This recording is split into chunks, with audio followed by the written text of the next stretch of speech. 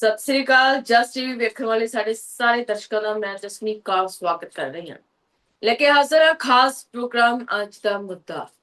ਅੱਜ ਅਸੀਂ ਗੱਲ ਕਰਾਂਗੇ ਕਿ ਸੰਸਾਰ ਤੀਸਰੇ ਵਿਸ਼ਵ ਯੁੱਧ ਵੱਲ ਵਧ ਰਿਹਾ ਹੈ। ਸਭ ਤੋਂ ਪਹਿਲਾਂ ਗ੍ਰਾਫਿਕਸ ਦੇ ਜ਼ਰੀਏ ਸਮਝ ਲੈਂਦੇ ਹਾਂ ਕਿ ਮੁੱਦਾ ਹੈ ਕੀ ਹੈ। ਟਰੰਪ ਨੇ ਠੁਕਰਾਇਆ ਈਰਾਨ ਦਾ ਨਵਾਂ ਸ਼ਾਂਤੀ ਪ੍ਰਸਤਾਵ। ਕਿਹਾ ਕਿ ਮੈਨੂੰ ਈਰਾਨ ਦਾ ਪ੍ਰਸਤਾਵ ਪਸੰਦ ਨਹੀਂ ਆਇਆ। ਅੱਜ ਦਾ ਮੁੱਦਾ ਹੈ ਪਾਬੰਦੀ ਪ੍ਰਸਤਾਵ ਤੇ ਪ੍ਰਤੀਕਰਮ ਤੇ ਜੁੜਿਆ ਹੋਇਆ। ਟਰੰਪ ਨੇ ਸਿੱਧਾ ਹੀ ਕਹਿ ਦਿੱਤਾ ਹੈ ਕਿ ਟੋਟਲੀ ਅਨਐਕਸੈਪਟੇਬਲ ਅਤੇ ਇਹ ਪ੍ਰਸਤਾਵ ਠੁਕਰਾ ਦਿੱਤਾ ਹੈ। ਸ਼ਾਂਤੀ ਦਾ ਪ੍ਰਸਤਾਵ ਸੀ। ਟਰੰਪ ਨੇ ਈਰਾਨ ਤੇ ਚਾਲਾਂ ਚੱਲਣ ਦੇ ਇਲਜ਼ਾਮ ਲਾਏ ਨੇ। ਪਾਕਿਸਤਾਨ ਦੇ ਰਾਹੀਂ ਅਮਰੀਕਾ ਨੂੰ ਜਿਹੜਾ ਹੈ ਸ਼ਾਂਤੀ ਲੈਟਰ ਭੇਜਿਆ ਸੀ। ਸ਼ਾਂਤੀ ਦਾ ਪ੍ਰਪੋਜ਼ਲ ਹੈ ਜਿਹੜਾ ਈਰਾਨ ਦੇ ਵੱਲੋਂ ਭੇਜਿਆ ਗਿਆ ਸੀ, ਪਰ ਟਰੰਪ ਨੇ ਸਿੱਧਾ ਨਾ ਕਰ ਦਿੱਤੀ ਹੈ ਕਿ ਇਹ ਸ਼ਾਂਤੀ ਪ੍ਰਸਤਾਵ ਪਸੰਦ ਨਹੀਂ। ਸਮੱਸਿਆਵਾਂ ਤੇ ਗੱਲਬਾਤ ਕਰਨ ਦੇ ਲਈ ਹੱਲ ਦਾ ਸੱਦਾ ਦਿੱਤਾ ਗਿਆ ਸੀ। ਪਰਮਾਣੂ ਤੇ ਵੀ ਗੱਲ ਹੈ ਜਿਹੜੀ ਉਹ ਹੋਣੀ ਸੀ, ਪਰ ਅਜਿਹਾ ਹੋ ਨਹੀਂ ਸਕਿਆ। ਟਰੰਪ ਨੇ ਇਨਕਾਰ ਕਰ ਦਿੱਤਾ ਹੈ। ਅਮਰੀਕਾ ਨੇ ਵੀ ਈਰਾਨ ਨੂੰ 14 ਨੁਕਾਤੀ ਪ੍ਰਸਤਾਵ ਭੇਜਿਆ ਸੀ। ਯੂਰੇਨੀਅਮ ਸੋਧ ਬੰਦ ਕਰੇ ਈਰਾਨ, ਰਾਸ਼ਟਰਪਤੀ ਟਰੰਪ ਨੇ ਆਖਿਆ ਸੀ। ਰਾਸ਼ਟਰਪਤੀ ਟਰੰਪ ਦੇ ਵੱਲੋਂ ਆਖਿਆ ਗਿਆ ਸੀ ਕਿ ਈਰਾਨ ਯੂਰੇਨੀਅਮ ਸੋਧ ਬੰਦ ਕਰੇ। ਤਾਂ ਹੁਣ ਇਸ ਨੂੰ ਲੈ ਕੇ ਸਾਡਾ ਅੱਜ ਦਾ ਮੁੱਦਾ ਹੈ ਕਿ ਸਾਡਾ ਸਵਾਲ ਹੈ ਕਿ ਟਰੰਪ ਜਾਣਬੁੱਝ ਕੇ ਅਜਿਹਾ ਕਰ ਰਹੇ ਨੇ। ਪੂਰੀ ਦੁਨੀਆ ਦਾ ਥਾਣੇਦਾਰ ਬਣਨਾ ਪਸੰਦ ਹੈ ਟਰੰਪ ਨੂੰ। ਪੂਰੀ ਦੁਨੀਆ ਦੇ ਥਾਣੇਦਾਰ ਬਣਨ ਅਤੇ ਸਾਰੀ ਦੁਨੀਆ ਨੂੰ ਆਪਣੀ ਉਂਗਲੀ ਤੇ ਨਚਾਉਣ, ਜਾਂ ਫਿਰ ਟਰੰਪ ਨੇ ਨਾ ਕਰਕੇ ਵਾਕਿਆ ਹੀ ਤੀਸਰੇ ਵਿਸ਼ਵ ਯੁੱਧ ਵੱਲ ਸੰਕੇਤ ਦੇ ਦਿੱਤੇ ਨੇ ਕਿ ਤੀਸਰਾ ਵਿਸ਼ਵ ਯੁੱਧ ਹੁਣ ਹੋ ਕੇ ਹੀ ਰਹੇਗਾ। ਜੰਗ ਲੱਗਦੀ ਹੈ ਤਾਂ ਕੀ ਅਸਰ ਸਾਡੇ ਤੇ ਪੈਂਦਾ ਹੈ, ਭਾਰਤ ਤੇ ਪੈਂਦਾ ਹੈ, ਪੰਜਾਬ ਤੇ ਪੈਂਦਾ ਹੈ, ਅਮਰੀਕਾ ਤੇ ਪੈਂਦਾ ਹੈ। ਇਹ ਸਵਾਲ ਨੇ ਸਾਡੇ ਅੱਜ ਦੇ। ਸਭ ਤੋਂ ਪਹਿਲਾਂ ਤੁਹਾਨੂੰ ਦੱਸ ਦਈਏ ਕਿ ਸਾਡਾ ਪ੍ਰੋਗਰਾਮ ਇਸ ਵਕਤ ਲਾਈਵ ਹੈ। ਅਸੀਂ ਤੁਹਾਡੇ ਨਾਲ ਲਾਈਵ ਜੁੜੇ ਹੋਏ ਹਾਂ। ਸਾਡੇ ਨੰਬਰਸ ਤੁਹਾਡੀ ਟੀਵੀ ਸਕਰੀਨ ਤੇ ਫਲੈਸ਼ ਹੋ ਰਹੇ ਨੇ। ਇਹਨਾਂ ਨੰਬਰਾਂ ਤੇ ਤੁਸੀਂ ਕਾਲ ਕਰ ਸਕਦੇ ਹੋ ਅਤੇ ਆਪਣੀ ਰਾਏ ਸ਼ੁਮਾਰ ਕਰ ਸਕਦੇ ਹੋ ਕਿ ਤੁਸੀਂ ਕੀ ਕਹਿਣਾ ਚਾਹੁੰਦੇ ਹੋ। ਕੋਈ ਤੁਹਾਡੇ ਕੋਲ ਟਿੱਪਣੀ ਹੈ, ਤੁਸੀਂ ਟਿੱਪਣੀ ਕਰ ਸਕਦੇ ਹੋ। ਤੇ ਸਾਡਾ ਅੱਜ ਦਾ ਪ੍ਰੋਗਰਾਮ ਹੈ। ਸਾਡੇ ਸਵਾਲ ਵੀ ਉੱਪਰ ਚੱਲ ਰਹੇ ਨੇ। ਚੱਲਣ ਦਾ ਇਲਜ਼ਾਮ, ਅਸਥਿਰਤਾ ਦਾ ਕੀ ਇਲਜ਼ਾਮ, ਪਾਕਿਸਤਾਨ ਰਾਹੀਂ ਲਾਈ ਗੁਹਾਰ, ਕਿਉਂ ਮਚੀ ਹਾਹਾਕਾਰ। ਸਾਡੇ ਅੱਜ ਦਾ ਮੁੱਦਾ ਹੈ ਪਾਬੰਦੀ ਪ੍ਰਸਤਾਵ ਤੇ ਪ੍ਰਤੀਕਰਮ। ਡੋਨਾਲਡ ਟਰੰਪ ਨੇ ਸੋਸ਼ਲ ਮੀਡੀਆ ਤੇ ਇੱਕ ਪੋਸਟ ਵੀ ਪਾਈ ਹੈ। ਉਹਨਾਂ ਨੇ ਆਖਿਆ ਹੈ ਕਿ ਮੈਂ ਟੋਟਲੀ ਅਨਐਕਸੈਪਟੇਬਲ ਹੈ ਇਹ ਮੈਨੂੰ ਪ੍ਰਸਤਾਵ। ਨਾਲ ਹੀ ਉਹਨਾਂ ਨੇ ਬਰਾਕ ਓਬਾਮਾ ਨੂੰ ਵੀ ਕਿਹਾ ਕਿ ਜੇਕਰ ਓਬਾਮਾ ਦੇ ਰਾਜ ਦੇ ਵਿੱਚ ਸਭ ਕੁਝ ਸੈੱਟ ਹੋਇਆ ਹੁੰਦਾ ਤਾਂ ਅੱਜ ਉਹਨਾਂ ਨੂੰ ਕਰਨ ਦੀ ਲੋੜ ਨਹੀਂ ਸੀ। ਅਮਰੀਕੀ ਰਾਸ਼ਟਰਪਤੀ ਡੋਨਾਲਡ ਟਰੰਪ ਨੇ ਈਰਾਨ ਦੇ ਨਵੇਂ ਸ਼ਾਂਤੀ ਪ੍ਰਸਤਾਵ ਨੂੰ ਖਾਰਜ ਕਰ ਦਿੱਤਾ ਹੈ। ਟਰੰਪ ਨੇ ਟਰੁਥ ਸੋਸ਼ਲ ਤੇ ਲਿਖਿਆ ਕਿ ਮੈਂ ਈਰਾਨ ਦੇ ਪ੍ਰਤੀਨਿਧੀਆਂ ਦਾ ਜਵਾਬ ਪੜ੍ਹਿਆ, ਮੈਨੂੰ ਇਹ ਬਿਲਕੁਲ ਪਸੰਦ ਨਹੀਂ ਆਇਆ, ਇਸ ਨੂੰ ਸਵੀਕਾਰ ਨਹੀਂ ਕੀਤਾ ਜਾ ਸਕਦਾ। ਅਜਿਹਾ ਡੋਨਾਲਡ ਟਰੰਪ ਦੇ ਵੱਲੋਂ ਆਖਿਆ ਗਿਆ ਤੇ ਇਹ ਕਹਿ ਕੇ ਉਹਦਾ ਪ੍ਰਸਤਾਵ ਅਨਐਕਸੈਪਟੇਬਲ ਹੈ, ਖਾਰਜ ਕਰ ਦਿੱਤਾ। ਦਰਅਸਲ ਈਰਾਨ ਨੇ ਇੱਕ ਪ੍ਰਸਤਾਵ ਭੇਜਿਆ ਸੀ ਜਿਸ ਵਿੱਚ ਜੰਗ ਨੂੰ ਰੋਕਣ ਨੂੰ ਲੈ ਕੇ ਜਿਹੜੀਆਂ ਸ਼ਰਤਾਂ ਨੇ, ਸ਼ਰਤਾਂ ਕਿਹੜੀਆਂ ਹਨ, ਹੋਰਮੁਜ਼ ਜਲ ਜਮਰੂ ਤੇ ਜਿਹੜੀ ਪਕੜ ਹੈ ਉਸ ਨੂੰ ਲੈ ਕੇ, ਖਾੜੀ ਨੂੰ ਲੈ ਕੇ, ਜਹਾਜ਼ਾਂ ਦੀ ਆਵਾਜਾਈ ਨੂੰ ਲੈ ਕੇ, ਜਾਂ ਯੂਰੇਨੀਅਮ ਨੂੰ ਲੈ ਕੇ, ਸਾਰੀਆਂ ਸ਼ਰਤਾਂ ਹਨ ਜਿਹੜੀਆਂ ਉਸ ਤੇ ਗੱਲਬਾਤ ਦਾ ਸੱਦਾ ਦਿੱਤਾ ਗਿਆ ਸੀ ਪਾਕਿਸਤਾਨ ਦੇ ਰਾਹੀਂ। ਦੂਜੇ ਪਾਸੇ ਅਮਰੀਕਾ ਨੇ ਵੀ ਆਪਣਾ 14 ਨੁਕਾਤੀ ਪ੍ਰੋਗਰਾਮ ਭੇਜਿਆ ਸੀ, ਜਿਸ ਦੇ ਵਿੱਚ ਸਭ ਤੋਂ ਅਹਿਮ ਸੀ ਕਿ ਈਰਾਨ ਯੂਰੇਨੀਅਮ ਦਾ ਕੰਮ ਬੰਦ ਕਰ ਦੇਵੇ। 20 ਸਾਲ ਤੱਕ ਇਸ ਦੇ ਬਾਰੇ ਸੋਚੇ ਬਿਨਾਂ ਜੋ ਦੇਸ਼ ਯੂਰੇਨੀਅਮ ਬਣਾ ਰਿਹਾ ਹੈ, ਭਲਾ ਉਹ ਦੇਸ਼ ਯੂਰੇਨੀਅਮ ਬਣਾਉਣਾ ਕਿਵੇਂ ਬੰਦ ਕਰੇਗਾ। ਇਹ ਅਜਿਹਾ ਕਰਨਾ ਕਿਸੇ ਦੇਸ਼ ਨੂੰ ਜਿਉਂਦੇ ਜੀ ਖਤਮ ਕਰਨ ਵਾਲੀ ਕਹਾਣੀ ਨਹੀਂ ਹੋਏਗੀ। ਤਾਂ ਈਰਾਨ ਨੂੰ ਵੀ ਇਹ ਪ੍ਰਸਤਾਵ ਪਸੰਦ ਨਹੀਂ ਆਇਆ। ਭਾਵ ਦੋਹਾਂ ਹੀ ਦੇਸ਼ਾਂ ਦੇ ਵੱਲੋਂ ਪ੍ਰਸਤਾਵ ਭੇਜਿਆ ਗਿਆ। ਹਾਲਾਂਕਿ ਜੰਗ ਬੰਦੀ ਨਹੀਂ ਹੋਈ ਹੈ, ਜੰਗ ਨੂੰ ਰੋਕਿਆ ਗਿਆ ਹੈ 10 ਮਈ ਤੋਂ ਤੱਕ ਹੈ ਇਹ ਚੀਜ਼। ਹੁਣ ਅੱਗੇ ਕੀ ਹੁੰਦਾ ਹੈ, ਗੱਲਬਾਤ ਹੋਏਗੀ, ਨਹੀਂ ਹੋਏਗੀ, ਜਾਂ ਜੰਗ ਮੁੜ ਤੋਂ ਸ਼ੁਰੂ ਹੋਏਗੀ, ਇਹ ਸਵਾਲ ਖੜਾ ਹੁੰਦਾ ਹੈ ਕਿ ਟਰੰਪ ਵਾਕਿਆ ਹੀ ਟਰੰਪ ਨੇ ਜਿਹੜੇ ਉਹਨਾਂ ਦਾ ਦਿਮਾਗੀ ਤਵਾਜ਼ਨ ਹਿਲ ਗਿਆ ਹੈ। ਜਿਵੇਂ ਲੋਕ ਕਹਿ ਰਹੇ ਨੇ ਕਿ ਖੁਦ ਤੇ ਸੇਫ ਜ਼ੋਨ 'ਚ ਬੈਠੇ ਨੇ, ਲੋਕਾਂ ਨੂੰ ਅੱਗ ਦੀ ਭੱਠੀ ਦੇ ਵਿੱਚ ਟਰੰਪ ਝੋਕ ਰਿਹਾ ਹੈ। ਕੀ ਵਾਕਈ ਸਹੀ ਹੈ, ਜਾਂ ਫਿਰ ਈਰਾਨ ਹੈ ਜਿਹੜਾ ਉਹ ਜ਼ਿਆਦਾ ਹੀ ਚਾਲਾਂ ਖੇਡ ਰਿਹਾ ਹੈ, ਈਰਾਨ ਜ਼ਿਆਦਾ ਚਲਾਕੀਆਂ ਖੇਡ ਰਿਹਾ ਹੈ ਜਿਵੇਂ ਟਰੰਪ ਕਹਿ ਰਹੇ ਨੇ? ਕੀ ਵਾਕਿਆ ਹੀ ਈਰਾਨ ਗਲਤ ਹੈ? ਕਿ ਈਰਾਨ ਨੂੰ ਪਰਮਾਣੂ ਹਥਿਆਰਾਂ ਤੇ ਪਾਬੰਦੀ ਲਾ ਦੇਣੀ ਚਾਹੀਦੀ ਹੈ? ਇਹ ਸਹੀ ਹੋਏਗਾ? ਇਹ तमाम ਸਵਾਲ ਨੇ। ਹੋ ਸਕਦਾ ਹੈ ਕਿ ਆਉਂਦੇ ਦਿਨਾਂ ਦੇ ਵਿੱਚ ਕੁਝ ਵੱਡਾ ਹੋਵੇ, ਜਿਸ ਦੇ ਸੰਕੇਤ ਸਾਡੇ ਪ੍ਰਧਾਨ ਮੰਤਰੀ ਨਰਿੰਦਰ ਮੋਦੀ ਨੇ ਵੀ ਦਿੱਤੇ ਨੇ ਦੇਸ਼ ਦੀ ਜਨਤਾ ਨੂੰ। ਉਹਨਾਂ ਨੇ ਬੀਤੇ ਦਿਨੀ ਸੰਬੋਧਨ ਕੀਤਾ ਸੀ ਤੇ ਕਿਹਾ ਸੀ, ਜਨਤਾ ਨੂੰ ਕਈ ਅਪੀਲਾਂ ਕੀਤੀਆਂ ਕਿ ਹੁਣ ਦੇਸ਼ ਨੂੰ ਸਾਂਭਣ ਦੀ ਵਾਰੀ ਹੈ। ਕਾਫੀ ਕੁਝ ਉਹਨਾਂ ਨੇ ਕਿਹਾ ਕਿ ਵਿਦੇਸ਼ਾਂ ਦੇ ਵਿੱਚ ਘੁੰਮਣ ਨਾ ਜਾਓ, ਡੈਸਟੀਨੇਸ਼ਨ ਵੈਡਿੰਗ ਵਿਦੇਸ਼ਾਂ ਦੇ ਵਿੱਚ ਨਾ ਕਰੋ, ਇਸ ਤਰ੍ਹਾਂ ਵਿਦੇਸ਼ੀ ਮੁਦਰਾ ਬਚੇਗੀ। ਨਾਲ ਹੀ ਉਹਨਾਂ ਨੇ ਆਖਿਆ ਕਿ ਗੋਲਡ ਨਾ ਖਰੀਦੋ ਘੱਟੋ ਘੱਟ 1 ਸਾਲ ਤੱਕ। ਉਹਨਾਂ ਨੇ ਆਖਿਆ ਕਿ ਪੈਟਰੋਲ ਡੀਜ਼ਲ ਦੀ ਵਰਤੋਂ ਘੱਟ ਕਰੋ, ਇਲੈਕਟ੍ਰਿਕ ਵਾਹਨਾਂ ਦੀ ਵਰਤੋਂ ਕਰੋ ਤੇ ਨਾਲ ਹੀ ਕਾਰ ਪੂਲਿੰਗ ਦੀ ਵਰਤੋਂ ਜਾਂ ਪਬਲਿਕ ਟਰਾਂਸਪੋਰਟ ਦੀ ਵਰਤੋਂ ਕਰਨ ਦੀ ਸਲਾਹ ਵੀ ਪ੍ਰਧਾਨ ਮੰਤਰੀ ਮੋਦੀ ਦੇ ਵੱਲੋਂ ਦਿੱਤੀ ਗਈ। ਇਹ ਉਹ ਸਾਰੀਆਂ ਸਲਾਹਾਂ ਸੀਗੀਆਂ ਜਿਹੜੀਆਂ ਪ੍ਰਧਾਨ ਮੰਤਰੀ ਮੋਦੀ ਨੇ ਦਿੱਤੀਆਂ। ਗੈਸ ਦੀ ਵਰਤੋਂ ਲਈ ਦਿੱਤੀ, ਦੇਸੀ ਤੇਲਾਂ ਦੀ ਵਰਤੋਂ ਕਰਨ ਦੀ ਉਹਨਾਂ ਨੇ ਸਲਾਹ ਦਿੱਤੀ ਹੈ। ਇਹ ਸਭ ਤੋਂ ਕੀ ਸੰਕੇਤ ਮਿਲਦੇ ਨੇ ਕਿ ਆਉਂਦੇ ਦਿਨਾਂ ਦੇ ਵਿੱਚ ਕੁਝ ਵੱਡਾ ਹੋ ਸਕਦਾ ਹੈ। ਕਿ ਉਸ ਸਭ ਦਾ ਅਸਰ ਭਾਰਤ ਤੇ ਵੀ ਪੈ ਸਕਦਾ ਹੈ। ਜੇਕਰ ਸਾਨੂੰ ਇਹ ਲੱਗਦਾ ਹੈ ਜੰਗ ਤਾਂ ਸਾਡੇ ਤੋਂ ਇੰਨੇ ਦੂਰ ਹੋ ਰਹੀ ਹੈ ਤਾਂ ਸਾਡੇ ਤੇ ਕੀ ਅਸਰ ਪਏਗਾ, ਤਾਂ ਜ਼ਾਹਿਰਾ ਤੌਰ ਤੇ ਇਸ ਜੰਗ ਦਾ ਅਸਰ ਪੂਰੇ ਹੀ ਵਿਸ਼ਵ ਤੇ ਪੈਣ ਵਾਲਾ ਹੈ। ਕਿਉਂਕਿ ਤੁਸੀਂ ਦੇਖ ਚੁੱਕੇ ਹੋ ਕਿ ਗੈਸ ਦੀ ਕਿੱਲਤ ਆ ਰਹੀ ਹੈ, ਤੇਲ ਨਹੀਂ ਮਿਲ ਰਿਹਾ, ਹਾਰਮੋਜ਼ ਸਟ੍ਰੇਟ ਬੰਦ ਕਰ ਦਿੱਤਾ ਗਿਆ ਹੈ। ਸਾਰੇ ਹੀ ਦੇਸ਼ ਉਸ ਤੇ ਆਪਣਾ ਦਾਅਵਾ ਠੋਕੀ ਜਾ ਰਹੇ ਨੇ। ਇੱਕ ਪਾਸੇ ਅਮਰੀਕਾ ਦਾਅਵਾ ਠੋਕ ਰਿਹਾ, ਦੂਜੇ ਪਾਸੇ ਈਰਾਨ ਠੋਕ ਰਿਹਾ। ਈਰਾਨ ਦੇ ਕਬਜ਼ੇ ਤੇ ਹੇਠ ਫਿਲਹਾਲ ਹਾਰਮੋਜ਼। ਤਾਂ ਇਹ ਸਾਰੀਆਂ ਚੀਜ਼ਾਂ ਦਾ ਅਸਰ ਮਿਲ ਕੇ ਸਾਰੀ ਦੁਨੀਆ ਨੂੰ ਹੀ ਝੱਲਣਾ ਪਏਗਾ। ਤੇਲ ਦੀ ਕਮੀ ਹੋਰ ਹੋ ਸਕਦੀ ਹੈ, ਗੈਸ ਦੀ ਕਿੱਲਤ ਹੋਰ ਹੋ ਸਕਦੀ ਹੈ। ਇਸ ਤਰ੍ਹਾਂ ਦੀਆਂ ਸਮੱਸਿਆਵਾਂ ਲੋਕਾਂ ਨੂੰ ਆ ਸਕਦੀਆਂ। ਇਹ ਸੋਚਣਾ ਬਿਲਕੁਲ ਹੀ ਗਲਤ ਹੋਏਗਾ। ਹੁਣ ਸਵਾਲ ਤੁਹਾਡੇ ਲਈ ਵੀ ਹੈ ਕਿ ਜੇਕਰ ਜੰਗ ਲੱਗਦੀ ਹੈ ਤਾਂ ਕੀ ਅਸਰ ਇਸਦਾ ਪੈ ਸਕਦਾ ਹੈ? ਕਿ ਡੋਨਾਲਡ ਟਰੰਪ ਪੂਰੀ ਦੁਨੀਆ ਦੇ ਥਾਣੇਦਾਰ ਬਣਨ ਨੂੰ ਫਿਰਦੇ ਨੇ, ਪੂਰੀ ਦੁਨੀਆ ਤੇ ਕਬਜ਼ਾ ਕਰਨਾ ਚਾਹੁੰਦੇ ਆ ਡੋਨਾਲਡ ਟਰੰਪ? ਤੀਸਰਾ ਸਵਾਲ, ਕਿ ਈਰਾਨ ਨੇ ਅਮਰੀਕਾ ਦੀਆਂ ਸ਼ਰਤਾਂ ਨਾ ਮੰਨ ਕੇ, ਜਿਹੜੀਆਂ 14 ਸ਼ਰਤਾਂ ਰੱਖੀਆਂ ਗਈਆਂ ਨੇ ਅਮਰੀਕਾ ਦੇ ਵੱਲੋਂ, ਉਹ ਨਾ ਮੰਨ ਕੇ ਈਰਾਨ ਨੇ ਗਲਤੀ ਕੀਤੀ ਹੈ, ਜਾਂ ਫਿਰ ਈਰਾਨ ਦੀ ਇਹ ਕੋਈ ਚਾਲ ਹੈ? ਇਹ ਸਵਾਲ ਨੇ। ਈਰਾਨ ਅਮਰੀਕਾ ਇਜ਼ਰਾਈਲ ਦੀ ਜੰਗ ਕਿਸੇ ਤੋਂ ਲੁਕੀ ਨਹੀਂ ਹੈ। ਇਸ ਦਾ ਅਸਰ ਪੂਰੇ ਆਲਮੀ ਪੱਧਰ ਤੇ ਪਿਆ ਹੈ, ਵਿਆਪਕ ਪੱਧਰ ਤੇ ਪਿਆ ਹੈ। ਹੁਣ ਅਸੀਂ ਇਹ ਸੋਚਣ ਨੂੰ ਮਜਬੂਰ ਹੋ ਜਾਂਦੇ ਹਾਂ ਕਿ ਆਖਰਕਾਰ ਅਜਿਹਾ ਕਿਉਂ ਹੋ ਰਿਹਾ ਹੈ। ਕਿ ਵਾਕਿਆ ਹੀ ਪਾਬੰਦੀ ਪ੍ਰਸਤਾਵ ਤੇ ਪ੍ਰਤੀਕਰਮ ਹੈ ਜਿਹੜੇ ਉਹ ਆ ਰਹੇ ਨੇ? ਕਿ ਇਸ ਜੰਗ ਨੂੰ ਰੋਕਣ ਦਾ ਕੋਈ ਤਰੀਕਾ ਨਹੀਂ ਹੈ? ਪਾਕਿਸਤਾਨ ਨੇ ਵਿਚੋਲਗੀ ਕੀਤੀ, ਕੁਝ ਸਮੇਂ ਦੇ ਲਈ ਜੰਗ ਰੋਕ ਦਿੱਤੀ ਗਈ, 10 ਤਰੀਕ ਤੱਕ, ਜਾਣੀ ਕਿ ਅੱਜ ਦੀ ਡੇਟ ਤੱਕ। ਪਰ ਹੁਣ ਕੀ ਵਾਕਿਆ ਹੀ ਜੰਗ ਹੈ ਜਿਹੜੀ ਇਹ ਰੋਕੀ ਜਾ ਸਕੇਗੀ, ਜਾਂ ਫਿਰ ਜੰਗ ਸ਼ੁਰੂ ਹੋਵੇਗੀ ਤੇ ਉਸ ਦੇ ਨਾਲ ਪੂਰੀ ਦੁਨੀਆ ਤਬਾਹ ਹੋ ਜਾਏਗੀ, ਜਿਸ ਨੂੰ ਕੰਟਰੋਲ ਕਰਨਾ ਹੀ ਨਹੀਂ ਆਏਗਾ ਕਿਸੇ ਨੇ? ਕਿ ਦੁਨੀਆ ਖਤਮ ਹੋਣ ਦੇ ਕੰਢੇ ਤੇ ਹੈ। ਕਿ ਜਿਹੜੀਆਂ ਭਵਿੱਖਬਾਣੀਆਂ ਕਿਸੇ ਵਕਤ ਜੋਤਸ਼ੀਆਂ ਨੇ ਕੀਤੀਆਂ ਸੀ, ਉਹ ਹੁਣ ਸੱਚ ਹੁੰਦੀਆਂ ਜਾ ਰਹੀਆਂ ਨੇ। ਇਹ ਸਾਡਾ ਸਵਾਲ ਹੈ। ਕਿ ਟਰੰਪ ਨੂੰ ਸ਼ਾਂਤੀ ਨਹੀਂ ਰੱਖਣੀ ਚਾਹੀਦੀ? ਆਖਰਕਾਰ ਟਰੰਪ ਚਾਹੁੰਦੇ ਕੀ ਨੇ?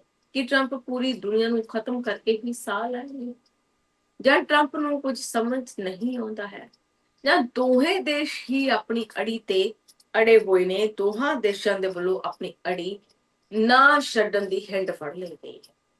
ਇਹ ਜਿੱਦ ਭਗਾਈ ਜਾ ਰਹੀ ਹੈ ਕਿ ਸਾਡੀਆਂ ਆਹ ਸ਼ਰਤਾਂ ਨੇ, ਸਾਡੀਆਂ ਸ਼ਰਤਾਂ ਵੱਲੋਂ ਫਿਰ ਅਸੀਂ ਜੰਗ ਤੇ ਪਾਬੰਦੀ ਲਾਵਾਂਗੇ, ਜੰਗ ਰੋਕਾਂਗੇ।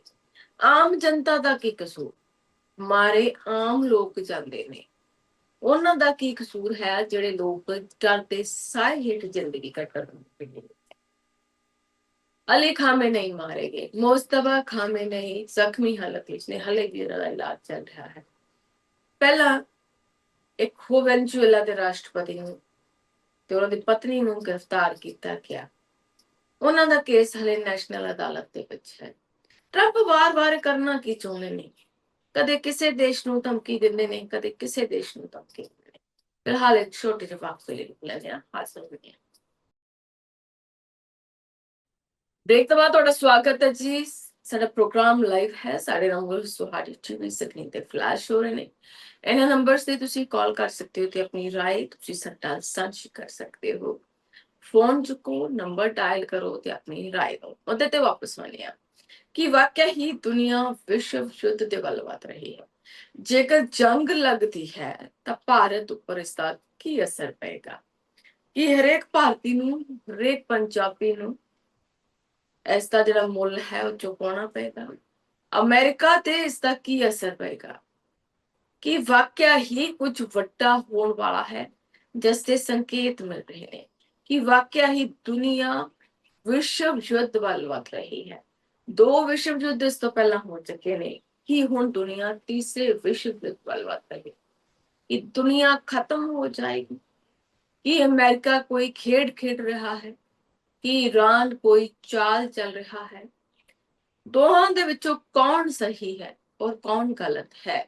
ਇਹ ਸਾਡਾ ਅੱਜ ਦਾ ਸਵਾਲ ਹੈ ਕਿ ਅਮਰੀਕਾ ਸਹੀ ਹੈ, ਈਰਾਨ ਗਲਤ ਹੈ, ਜਾਂ ਫਿਰ ਈਰਾਨ ਸਹੀ ਹੈ, ਅਮਰੀਕਾ ਗਲਤ ਹੈ। ਇਹ ਸਾਡੇ ਸਵਾਲ ਨੇ ਕਿ ਟਰੰਪ ਇੱਕ ਵਾਰ ਜੰਗਬਾਜ਼ ਨੇ ਜੋ ਸ਼ਾਂਤੀ ਤੋਂ ਡਰਦੇ ਨੇ, ਕਿ ਟਰੰਪ ਸ਼ਾਂਤੀ ਚਾਹੁੰਦੇ ਹੀ ਨਹੀਂ? ਇਹ ਸਵਾਲ ਹੈ। ਜੇ ਅਮਰੀਕਾ ਈਰਾਨ ਨੂੰ ਤਬਾਹ ਕਰਦਾ ਹੈ ਤਾਂ ਕਿ ਕੱਲ ਨੂੰ ਉਹ ਭਾਰਤ ਜਾਂ ਹੋਰਨਾਂ ਦੇਸ਼ਾਂ ਤੇ ਅਜਿਹੀਆਂ ਸ਼ਰਤਾਂ ਨਹੀਂ ਥੋਪੇਗਾ? ਜੇਕਰ ਅਮਰੀਕਾ ਇਸ ਜੰਗ ਦੇ ਵਿੱਚ ਈਰਾਨ ਨੂੰ ਝੁਕਾਉਣ ਦੇ ਵਿੱਚ ਕਾਮਯਾਬ ਹੋ ਜਾਂਦਾ ਹੈ, ਹੋ ਸਕਦਾ ਹੈ ਕਿ ਕੱਲ ਨੂੰ ਵਾਰੀ ਭਾਰਤ ਦੀ ਹੋਵੇ ਜਾਂ ਕਿਸੇ ਹੋਰ ਕੰਟਰੀ ਦੀ ਹੋਵੇ। ਤੁਹਾਨੂੰ ਇਸ ਨੂੰ ਲੈ ਕੇ ਕੀ ਲੱਗਦਾ ਹੈ ਕਿ ਈਰਾਨ ਨੂੰ ਝੁਕਣ ਦੀ ਬਜਾਏ ਆਖਰੀ ਜੰਗ ਦਾ ਐਲਾਨ ਕਰ ਦੇਣਾ ਚਾਹੀਦਾ ਹੈ? ਕਿ ਈਰਾਨ ਨੂੰ ਝੁਕਣਾ ਨਹੀਂ ਚਾਹੀਦਾ? ਜੰਗ ਦਾ ਐਲਾਨ ਸ਼ਰੇਆਮ ਈਰਾਨ ਨੂੰ ਵੀ ਕਰ ਦੇਣਾ ਚਾਹੀਦਾ ਹੈ? ਇਹ ਸਵਾਲ ਨੇ ਸਾਡੇ ਅੱਜ ਦੇ। ਹੁਣ ਕੀ ਵਾਕਿਆ ਹੀ ਕਿ ਤੁਹਾਨੂੰ ਲੱਗਦਾ ਹੈ ਕਿ ਅਮਰੀਕਾ ਦੁਨੀਆ ਤੇ ਕਬਜ਼ਾ ਕਰਨ ਦੀ ਕੋਸ਼ਿਸ਼ ਕਰ ਰਿਹਾ ਹੈ? ਇਹ ਸਵਾਲ ਇਸ ਲਈ ਹੈ ਕਿਉਂਕਿ ਜਿਸ ਤਰ੍ਹਾਂ ਦੇ ਹਾਲਾਤ ਬਣੇ ਹੋਏ ਨੇ, ਉਸ ਤੇ ਜਨਤਕ ਰਾਏ ਬਹੁਤ ਜ਼ਰੂਰੀ ਹੁੰਦੀ ਹੈ। ਜਾਂ ਫਿਰ ਰਾਸ਼ਟਰਪਤੀ ਡੋਨਾਲਡ ਟਰੰਪ ਵਾਕਿਆ ਹੀ ਪੂਰੀ ਦੁਨੀਆ ਤੇ ਕਬਜ਼ਾ ਚਾਹੁੰਦੇ ਨੇ, ਆਪਣਾ ਰਾਜ ਚਾਹੁੰਦੇ ਨੇ? ਇਹ ਅਜਿਹੀ ਪੋਸੀਬਿਲਿਟੀ ਹੈ? ਰਾਸ਼ਟਰਪਤੀ ਟਰੰਪ ਦੇ ਦਿਮਾਗ ਦੇ ਵਿੱਚ ਆਖਿਰਕਾਰ ਚੱਲ ਕੀ ਰਿਹਾ ਹੈ? ਈਰਾਨ ਦੇ ਦਿਮਾਗ ਦੇ ਵਿੱਚ ਕੀ ਚੱਲ ਰਿਹਾ? ਕੀ ਸਟ੍ਰੈਟਜੀ ਘਾੜੇ ਵਾਕਿਆ ਹੀ ਜੰਗ ਲਵਾਉਣ ਦੇ ਚੱਕਰ ਦੇ ਵਿੱਚ ਨੇ? ਜੇਕਰ ਜੰਗ ਲੱਗ ਜਾਂਦੀ ਹੈ ਤਾਂ ਭਾਰਤ ਉੱਪਰ ਕੀ ਅਸਰ ਪਏਗਾ? ਖਾਸ ਕਰਕੇ ਪੰਜਾਬ ਉੱਪਰ ਕੀ ਅਸਰ ਪਏਗਾ? ਇਹ ਸਵਾਲ ਨੇ। ਟਰੰਪ ਨਹੀਂ ਚਾਹੁੰਦੇ ਕਿ ਈਰਾਨ ਦਾ ਤੇਲ ਬਾਜ਼ਾਰ ਚੋਂ ਬਾਹਰ ਹੋ ਜਾਵੇ ਤਾਂ ਜੋ ਅਮਰੀਕੀ ਤੇਲ ਕੰਪਨੀਆਂ ਮਾਲਾ ਮਾਲ ਹੋ ਸਕਣ। ਕੀ ਟਰੰਪ ਦਾ ਇਹ ਪਲਾਨ ਹੈ ਕਿ ਈਰਾਨ ਦਾ ਤੇਲ ਕੋਈ ਨਾ ਖਰੀਦੇ, ਅਮਰੀਕੀ ਕੰਪਨੀਆਂ ਦਾ ਤੇਲ ਖਰੀਦਿਆ ਜਾਵੇ ਤੇ ਅਮਰੀਕਾ ਮਾਲਾ ਮਾਲ ਹੋ ਜਾਵੇ? ਕੀ ਇਹ ਜੰਗ ਸਿਰਫ ਤੇਲ ਅਤੇ ਪੈਸੇ ਦੀ ਭੁੱਖ ਨਹੀਂ ਹੈ? ਕਿ ਟਰੰਪ ਸਿਰਫ ਆਪਣਾ ਫਾਇਦਾ ਸੋਚ ਰਹੇ ਨੇ, ਬਾਕੀ ਦੁਨੀਆ ਨੂੰ ਅੱਗ ਦੀ ਭੱਠੀ ਦੇ ਵਿੱਚ ਝੋਂਕ ਰਹੇ ਨੇ? ਕਿ ਵਾਕਿਆ ਹੀ ਕੋਈ ਇੰਨਾ ਬੇਰਹਿਮ ਤੇ ਬੇਦਰਦ ਹੋ ਸਕਦਾ ਹੈ? ਅਮਰੀਕਾ ਦੇ ਕੋਲ ਹਜ਼ਾਰਾਂ ਪਰਮਾਣੂ ਬੰਬ ਨੇ, ਪਰ ਈਰਾਨ ਤੇ ਪਾਬੰਦੀ ਕਿਉਂ? ਜੇਕਰ ਅਮਰੀਕਾ ਦੇ ਕੋਲ ਪਰਮਾਣੂ ਬੰਬ ਨੇ ਤਾਂ ਈਰਾਨ ਤੇ ਪਾਬੰਦੀ ਲਾਉਣ ਦਾ ਕੀ ਮਤਲਬ? ਉਹ ਆਪਣੇ ਆਪ ਦੇ ਵਿੱਚ ਇੱਕ ਵੱਖਰੀ ਕੰਟਰੀ ਹੈ, ਅਮਰੀਕਾ ਕਿਸ ਤਰ੍ਹਾਂ ਦੇ ਨਾਲ ਉਸ ਤੇ ਪਾਬੰਦੀ ਲਾ ਸਕਦਾ ਹੈ? ਸਵਾਲ ਇਹ ਹੈ ਕਿ ਇਹ ਟਰੰਪ ਦਾ ਦੋਗਲਾਪਨ ਨਹੀਂ ਕਿ ਖੁਦ ਦੁਨੀਆ ਲਈ ਖਤਰਾ ਨੇ, ਪਰ ਦੂਜੇ ਦੋਸ਼ ਦੂਜਿਆਂ ਤੇ ਲਾ ਰਹੇ ਨੇ। ਪਹਿਲਾਂ ਵੈਨਜ਼ੂਏਲਾ ਦੇ ਰਾਸ਼ਟਰਪਤੀ ਨਿਕੋਲਸ ਮਾਦੁਰੋ, ਉਹਨਾਂ ਦੀ ਪਤਨੀ, ਉਹਨਾਂ ਨੂੰ ਗ੍ਰਿਫਤਾਰ ਕੀਤਾ ਗਿਆ। ਕਿਹਾ ਗਿਆ ਕਿ ਇਹਨਾਂ ਦੇ ਕੋਲ ਹਥਿਆਰ ਨੇ, ਇਹ ਨਸ਼ੇ ਦੀ ਸਪਲਾਈ ਕਰਦੇ ਨੇ। ਉਸ ਤੋਂ ਕਈ ਸਾਲ ਪਹਿਲਾਂ ਵੀ ਇਸੇ ਤਰ੍ਹਾਂ ਇੱਕ ਹੋਰ ਦੇਸ਼ ਦੇ ਰਾਸ਼ਟਰਪਤੀ ਦੇ ਨਾਲ ਕੀਤਾ ਗਿਆ ਸੀ, ਜਿਨ੍ਹਾਂ ਨੂੰ ਲੋਕ ਅੱਜ ਤੱਕ ਯਾਦ ਕਰਦੇ ਨੇ। ਹੁਣ ਸਵਾਲ ਇਹ ਹੈ ਕਿ ਅਮਰੀਕਾ ਅਜਿਹੀਆਂ ਚੀਜ਼ਾਂ ਕਰ ਕਿਉਂ ਰਿਹਾ ਹੈ? ਕਿ ਅਮਰੀਕਾ ਵਾਕਿਆ ਹੀ ਇੰਨਾ ਸਟਰੋਂਗ ਹੈ ਕਿ ਉਹ ਕਿਸੇ ਤੇ ਵੀ ਕਬਜ਼ਾ ਕਰ ਸਕਦਾ ਹੈ, ਕਿਸੇ ਨੂੰ ਡਰਾ ਸਕਦਾ ਹੈ, ਧਮਕਾ ਸਕਦਾ ਹੈ, ਕਿਸੇ ਤੇ ਆਪਣੀਆਂ ਸ਼ਰਤਾਂ ਥੋਪ ਸਕਦਾ ਹੈ? ਜੇਕਰ ਅੱਜ ਈਰਾਨ ਸ਼ਰਤਾਂ ਮੰਨ ਲੈਂਦਾ ਹੈ ਤਾਂ ਕੱਲ ਨੂੰ ਕੀ ਗਰੰਟੀ ਹੈ ਕਿ ਭਾਰਤ ਉੱਪਰ ਕੁਝ ਸ਼ਰਤਾਂ ਨਹੀਂ ਥੋਪੀਆਂ ਜਾਣੀਆਂ, ਕਿ ਭਾਰਤ ਮੁੜ ਤੋਂ ਜਾਂ ਬਾਕੀ ਦੇਸ਼ ਮੁੜ ਤੋਂ यूएस ਦੀ ਗੁਲਾਮੀ ਦੇ ਵੱਲ ਵੱਧ ਰਹੇ ਨੇ। ਸੈਂਕੜੇ ਸਾਲ ਗੁਲਾਮੀ ਚ ਲੰਘਿਆ ਹੋਇਆ ਭਾਰਤ ਇੱਕ ਵਾਰ ਫਿਰ ਤੋਂ ਗੁਲਾਮ ਹੋਣ ਦੇ ਕੰਢੇ ਤੇ ਹੈ। ਕੀ ਇਹ ਜਿਹਾ ਆਖਿਆ ਜਾ ਸਕਦਾ ਹੈ? ਸਵਾਲ ਬਹੁਤ ਸਪਸ਼ਟ ਜਿਹੜੇ ਕਿ ਅਸੀਂ ਗੁਲਾਮ ਹੋਣ ਜਾ ਰਹੇ ਹਾਂ, ਕਿ ਅਮਰੀਕਾ ਭਾਰਤ ਤੇ ਵੀ ਕਬਜ਼ਾ ਕਰੇਗਾ, ਕਿਉਂਕਿ ਇੱਕ ਤੋਂ ਬਾਅਦ ਇੱਕ ਕਈ ਦੇਸ਼ਾਂ ਤੇ ਨਜ਼ਰ ਰਾਸ਼ਟਰਪਤੀ ਟਰੰਪ ਦੀ ਹੈ। ਕਿ ਰਾਸ਼ਟਰਪਤੀ ਟਰੰਪ ਸਹੀ ਕਰ ਰਹੇ ਨੇ ਜਾਂ ਫਿਰ ਈਰਾਨ ਸਹੀ ਕਰ ਰਿਹਾ ਹੈ? ਦੋਹਾਂ ਦੇ ਵਿੱਚੋਂ ਸਹੀ ਕਿਹੜਾ ਤੇ ਗਲਤ ਕਿਹੜਾ ਹੈ?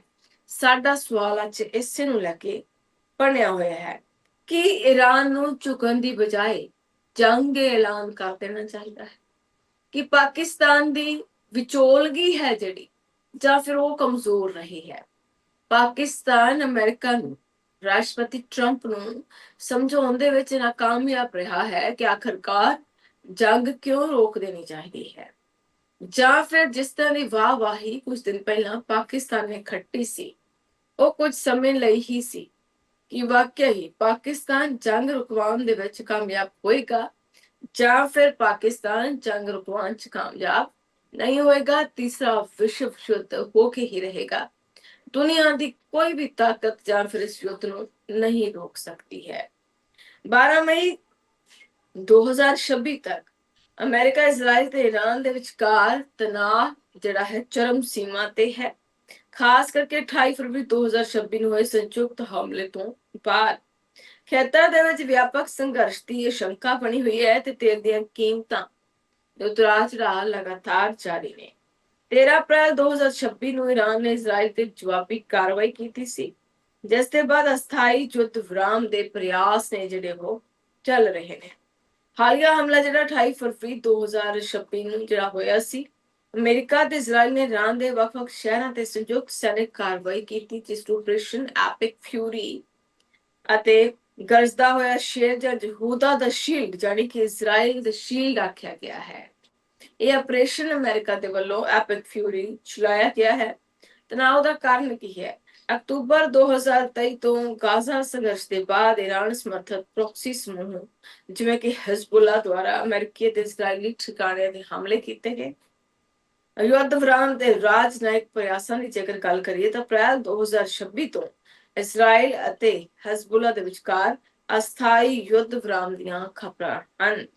ਪਰ ਤਣਾਅ ਹੁਣ ਬਣਿਆ ਹੋਇਆ ਹੈ। ਡੋਨਾਲਡ ਟਰੰਪ ਨੇ ਈਰਾਨ ਦੇ ਨਾਲ ਯੁੱਧ ਵਿਰਾਮ ਨੂੰ ਜੀਵਨ ਰੱਖਿਅਕ ਬਣਾ ਰੱਖਿਆ ਹੈ, ਪਰ ਪ੍ਰਸਤਾਵਾਂ ਤੇ ਅਸਹਿਮਤੀ ਜਤਾਈ ਹੈ। ਜੋ ਪ੍ਰਸਤਾਵ ਈਰਾਨ ਨੇ ਭੇਜੇ ਨੇ ਉਸ ਤੇ ਅਮਰੀਕਾ ਸਹਿਮਤ ਹੈ। ਟੋਟਲੀ ਅਨਐਕਸੈਪਟੇਬਲ ਕਹਿ ਕੇ ਰਾਸ਼ਟਰਪਤੀ ਟਰੰਪ ਨੇ ਉਹ ਪ੍ਰਸਤਾਵ ਡਸਟਬਿਨ ਦੇ ਵਿੱਚ ਸੁੱਟ ਦਿੱਤਾ ਹੈ ਕਿ ਪ੍ਰਸਤਾਵ ਸਾਨੂੰ ਮਨਜ਼ੂਰ ਨਹੀਂ ਹੈ।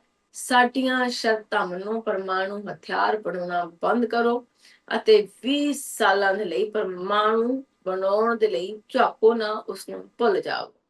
ਕਿ ਇਹ ਵਾਕਿਆ ਹੀ ਮੁਮਕਿਨ ਹੈ? ਕਿ ਵਾਕਿਆ ਹੀ ਕੋਈ ਦੇਸ਼ ਜੋ ਮਾਹਿਰ ਹੋਵੇ ਪਰਮਾਣੂ ਬਣਾਉਣ ਦੇ ਵਿੱਚ, ਕੋਈ ਵੀ ਹਥਿਆਰ ਬਣਾਉਣ ਦੇ ਵਿੱਚ, ਉਹ ਆਪਣੀ ਸ਼ਕਤੀ ਨੂੰ ਲੈਟ ਡਾਊਨ ਹੋਣ ਦੇ ਸਕਦਾ ਹੈ? ਕਿ ਘੱਟ ਆਂਕਿਆ ਜਾ ਸਕਦਾ ਹੈ ਕਿਸੇ ਦੇਸ਼ ਨੂੰ? ਕਿ ਅਮਰੀਕਾ ਇੰਨਾ ਜ਼ਿਆਦਾ ਸਟਰੋਂਗ ਹੈ ਕਿ ਕਿਸੇ ਦੇਸ਼ ਨੂੰ ਵੀ ਕੋਟਿਆਂ ਪਾਰ ਕਰ ਸਕਦਾ ਹੈ? ਕਿ ਅਮਰੀਕਾ ਦੇ ਕੋਲ ਇੰਨੀਆਂ ਸ਼ਕਤੀਆਂ ਨੇ, ਰਾਸ਼ਟਰਪਤੀ ਟਰੰਪ ਦੇ ਕੋਲ ਇੰਨੀਆਂ ਸ਼ਕਤੀਆਂ ਨੇ ਕਿ ਕਿਸੇ ਦੇਸ਼ ਨੂੰ ਵੀ ਝੁਕਾ ਲਿਆ ਜਾ ਸਕਦਾ ਹੈ, ਕਿਸੇ ਦੇਸ਼ ਦੀਆਂ ਉੱਚ ਸ਼ਖਸੀਅਤਾਂ ਨੂੰ ਅਰੈਸਟ ਕੀਤਾ ਜਾ ਸਕਦਾ ਹੈ।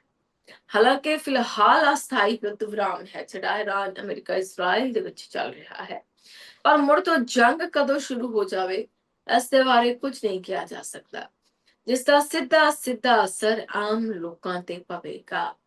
ਕਿਸ ਤਰ੍ਹਾਂ ਦਾ ਅਸਰ ਹੈ ਜਿਹੜਾ ਉਹ ਆਮ ਜਨਤਾ ਤੇ ਪੈ ਸਕਦਾ ਹੈ, ਇਹ ਸਾਡਾ ਅੱਜ ਦਾ ਸਵਾਲ ਹੈ ਜਿਹੜਾ ਉਹ ਖੜਿਆ ਹੋਇਆ ਹੈ। ਖੇਤਰਾਂ ਦੇ ਵਿੱਚ ਪ੍ਰੋਕਸੀ ਵਾਰ ਜਾਰੀ ਹੈ ਤੇ ਹਾਰਮਜ਼ ਜਲ ਡਰਮਰੂ ਤੇ ਆਸ-ਪਾਸ ਤਣਾਅ ਵਧਿਆ ਹੋਇਆ ਹੈ, ਜਿਸ ਦੇ ਨਾਲ ਵਿਸ਼ਵ ਆਪੂਰਤੀ ਸ਼੍ਰੰਖਲਾ ਪ੍ਰਭਾਵਿਤ ਹੋ ਰਹੀ ਹੈ। ਈਰਾਨ ਤੇ ਅਮਰੀਕਾ ਦੋਨਾਂ ਪਾਸਿਆਂ ਤੋਂ ਸਖਤ ਬਿਆਨਬਾਜ਼ੀਆਂ ਨੇ। ਹਮਲਾਵਰ ਬਿਆਨਬਾਜ਼ੀਆਂ ਵਿਚਕਾਰ ਇਹ ਸੰਘਰਸ਼ ਪੂਰੀ ਤਰ੍ਹਾਂ ਸਮਾਪਤ ਨਹੀਂ ਹੋਇਆ ਹੈ। ਕਿ ਵਾਕਿਆ ਹੀ ਇਹ ਚੀਜ਼ਾਂ ਨੇ ਜਿਹੜੀਆਂ ਉਹ ਖਰਾਬ ਕਰ ਰਹੀਆਂ ਨੇ? ਕੀ ਕੁਝ ਅੱਗੇ ਹੋ ਰਿਹਾ ਹੈ ਇਸ ਨੂੰ ਲੈ ਕੇ, ਜਾਂ ਕੀ ਕੁਝ ਹੋ ਸਕਦਾ ਹੈ? ਕਿ ਵਾਕਿਆ ਹੀ ईरान अमेरिका युद्ध खत्म नहीं होएगा, एक ਵੱਡੇ युद्ध ਦਾ ਰੂਪ, ਵੱਡੇ ਵਿਸ਼ਵ युद्ध ਦਾ ਰੂਪ ਹੈ ਜਿਹੜਾ ਇਹ ਲੈ ਸਕੇਗਾ। ਜਾਂ ਫਿਰ ਟਰੰਪ ਜੋ ਕਹਿ ਰਹੇ ਨੇ ਸਹੀ ਕਹਿ ਰਹੇ ਨੇ। ਦੇਖੋ ਬਹੁਤ ਸਾਰੀਆਂ ਚੀਜ਼ਾਂ ਨੇ। ईरान ਪਾਕਿਸਤਾਨ ਦਾ ਦੋਸਤ ਹੈ, ਪਾਕਿਸਤਾਨ ਚੀਨ ਦਾ ਦੋਸਤ ਹੈ, ਚੀਨ ਭਾਰਤ ਦਾ ਦੁਸ਼ਮਣ ਹੈ। ਜੇਕਰ ਇਸ ਤਰੀਕੇ ਦੇ ਨਾਲ ਵੀ ਦੇਖੀਏ ਤਾਂ ਹੋ ਸਕਦਾ ਹੈ ਕਿ ਕੱਲ ਨੂੰ ईरान स्ट्रांग हो जाए, ਭਾਰਤ ਨੂੰ ਉਸਦਾ ਨਤੀਜਾ ਭੁਗਤਣਾ। ਦੂਸਰੇ ਪਾਸੇ ਅਮਰੀਕਾ ਹੈ, ਜਿਸ ਤਰ੍ਹਾਂ ਭਾਰਤ ਦੇ ਸਬੰਧ ਕੁਝ ਸਮਾਂ ਪਹਿਲਾਂ ਤੱਕ ਬਹੁਤ ਵਧੀਆ ਸਨ, ਪਰ ਹੁਣ ਅਮਰੀਕਾ ਨਾਲ ਵੀ ਕੋਈ ਬਹੁਤ ਜ਼ਿਆਦਾ ਵਧੀਆ ਸਬੰਧ ਨਹੀਂ ਹਨ। ਤਾਂ ਭਾਰਤ ਨੂੰ ਕੀ ਦੋਨਾਂ ਪਾਸਿਆਂ ਤੋਂ ਹੀ ਖਤਰਾ ਹੈ, ਜਾਂ ਭਾਰਤ ਨੂੰ ਖਤਰਾ ਹੈ ਹੀ ਨਹੀਂ? ਭਾਰਤ ਦੀ ਚੁੱਪ, ਨਾਨ ਇੰਟਰਫੀਅਰੈਂਸ ਇੱਕ ਵਧੀਆ ਕਦਮ ਸਾਬਤ ਹੋ ਸਕਦੀ ਹੈ, ਜਾਂ ਭਾਰਤ ਨੂੰ ਵੀ ਅਮਰੀਕਾ ਦੇ ਵਾਂਗ ਦੋਹਾਂ ਦੇਸ਼ਾਂ ਦੀ ਸੰਧੀ ਕਰਵਾਉਣ ਦਾ ਜਿਹੜਾ ਕੰਮ ਹੈ ਉਹ ਕਰਨਾ ਚਾਹੀਦਾ ਸੀ। ਕਿ ਭਾਰਤ ਇਸ ਮਾਮਲੇ 'ਚ ਬੈਕਫੁੱਟ ਤੇ ਆ ਗਿਆ, ਉਹ ਦੇਸ਼ ਜਿਸ ਨੂੰ ਦੁਨੀਆ ਜਿਹੜੀ ਹੈ ਟੈਰਰਿਸਟ ਕੰਟਰੀ ਮੰਨਦੀ ਹੈ, ਉਹ ਸ਼ਾਂਤੀ ਕਰਵਾਉਣ ਦੇ ਲਈ ਅੱਗੇ ਆਇਆ ਹੈ, ਤੇ ਭਾਰਤ ਜਿਸ ਨੂੰ ਸ਼ਾਂਤੀ ਦਾ ਦੂਤ ਆਖਿਆ ਜਾਂਦਾ ਹੈ ਉਸਨੇ ਕਦਮ ਨਹੀਂ ਵਧਾਇਆ ਹੈ। ਇੱਥੇ ਭਾਰਤ ਦੀ ਖੇ ਹੋਈ ਹੈ। ਕੀ ਭਾਰਤ ਨੂੰ ਵੀ ਕੋਈ ਅਜਿਹਾ ਕਦਮ ਚੁੱਕਣਾ ਚਾਹੀਦਾ ਸੀ ਜਾਂ ਫਿਰ ਨਹੀਂ ਚੁੱਕਣਾ ਚਾਹੀਦਾ ਸੀ, ਜਾਂ ਭਾਰਤ ਤੇ ਖਤਰਾ ਮੰਡਰਾ ਰਿਹਾ ਹੈ?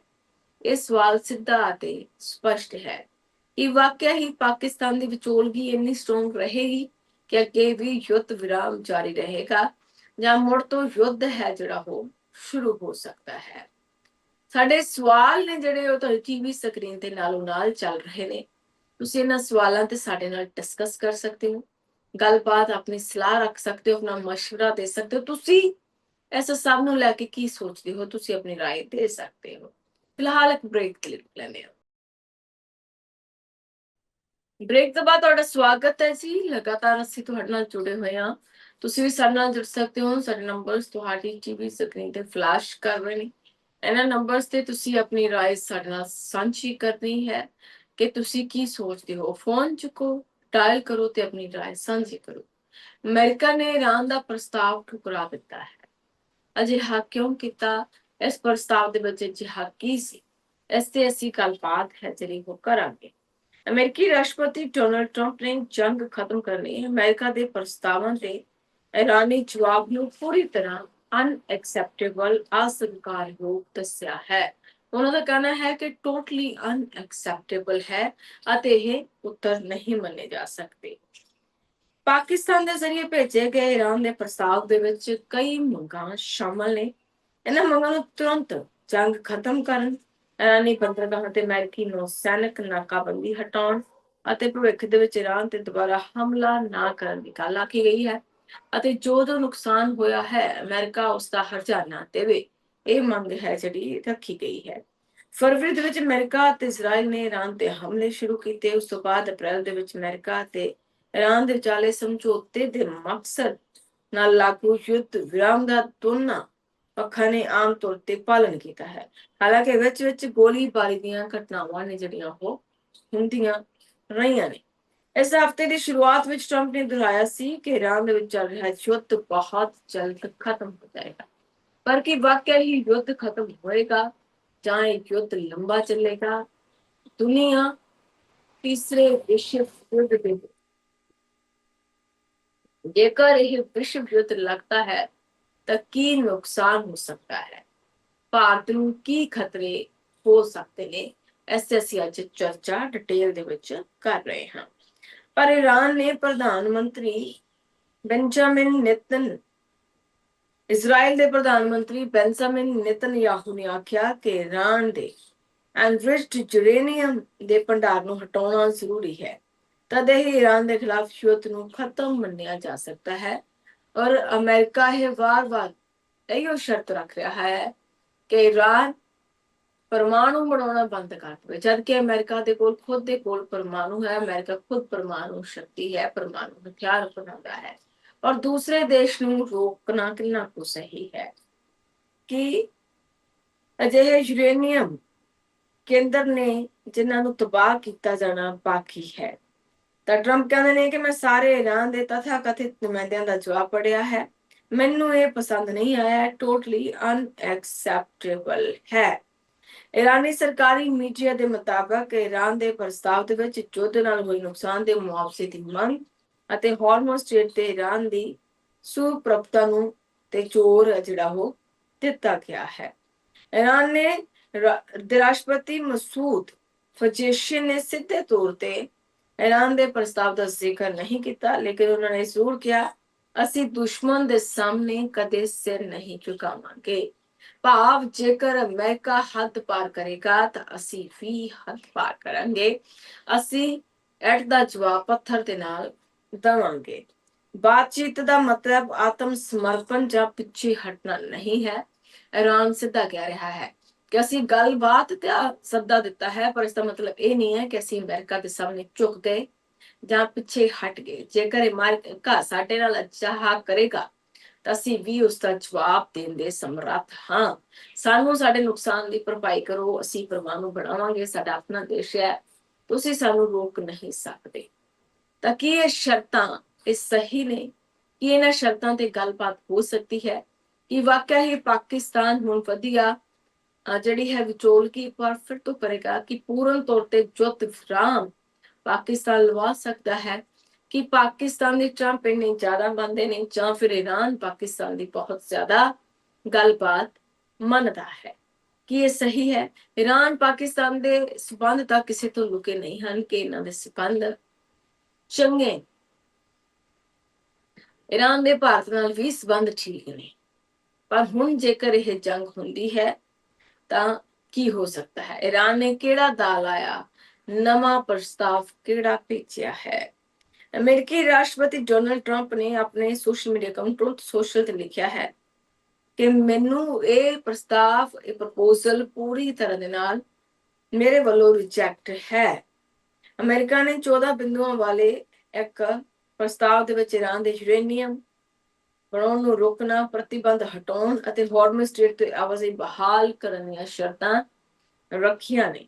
ਅਮਰੀਕੀ ਅਧਿਕਾਰੀਆਂ ਨੇ 2 ਸੂਤਰਾਂ ਦਾ ਵੀ ਹਵਾਲਾ ਦਿੱਤਾ ਹੈ।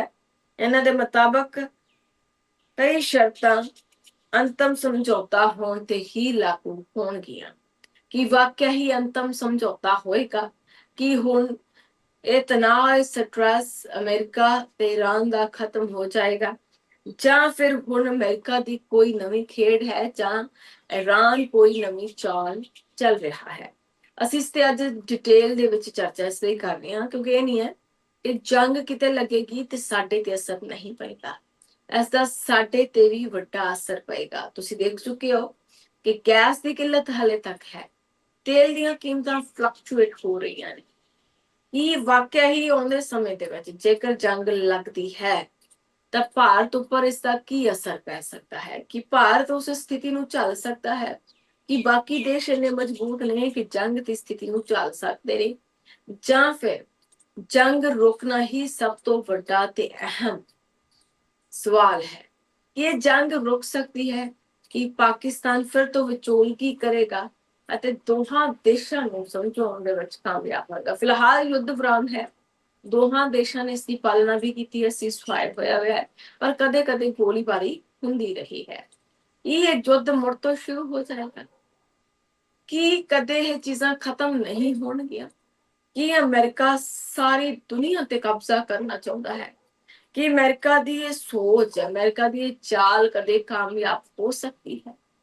ਸਿਰਫ ਜਿਹੜੀ ਸੁਪੀਰੀਅਰ ਬਣਦੀ ਕਿ ਸਾਰੇ ਦੇਸ਼ਾਂ ਨੂੰ ਹਥਿਆਉਣਾ, ਇਹ ਸਾਰੇ ਦੇਸ਼ਾਂ ਤੇ ਕਬਜ਼ਾ ਕਰਨਾ ਅਮਰੀਕਾ ਦੇ ਹੱਥ ਦੇ ਵਿੱਚ ਹੈ? ਕਿ ਵਾਕਿਆ ਹੀ ਅਮਰੀਕਾ ਅਜਿਹਾ ਕਰ ਸਕਦਾ ਹੈ? ਮਸੂਦ ਪਜੇਸ਼ੀਅਨ ਈਰਾਨ ਦੇ ਰਾਸ਼ਟਰਪਤੀ ਕਹਿੰਦੇ ਨੇ ਕਿ ਅਸੀਂ ਦੁਸ਼ਮਣ ਦੇ ਸਾਹਮਣੇ ਕਦੇ ਸਿਰ ਨਹੀਂ ਝੁਕਾਵਾਂਗੇ। ਗੱਲਬਾਤ ਦਾ ਮਤਲਬ ਆਤਮ ਸਮਰਪਣ ਜਾਂ ਪਿੱਛੇ ਹਟਣਾ ਨਹੀਂ ਹੈ। ਈਰਾਨ ਨੇ ਵੀ ਹੁਣ ਰਣਨੀਤਿਕ ਰੂਪ ਤੋਂ ਅਹਿਮ ਹਾਰਮੋਜ਼ ਸਟ੍ਰੇਟ ਨੂੰ ਬੰਦ ਕਰਕੇ ਰੱਖਿਆ ਹੈ, ਜਿਸ ਕਾਰਨ ਦੁਨੀਆ ਭਰ ਦੇ ਵਿੱਚ ਤੇਲ ਦੀਆਂ ਕੀਮਤਾਂ ਵਧ ਰਹੀਆਂ ਨੇ।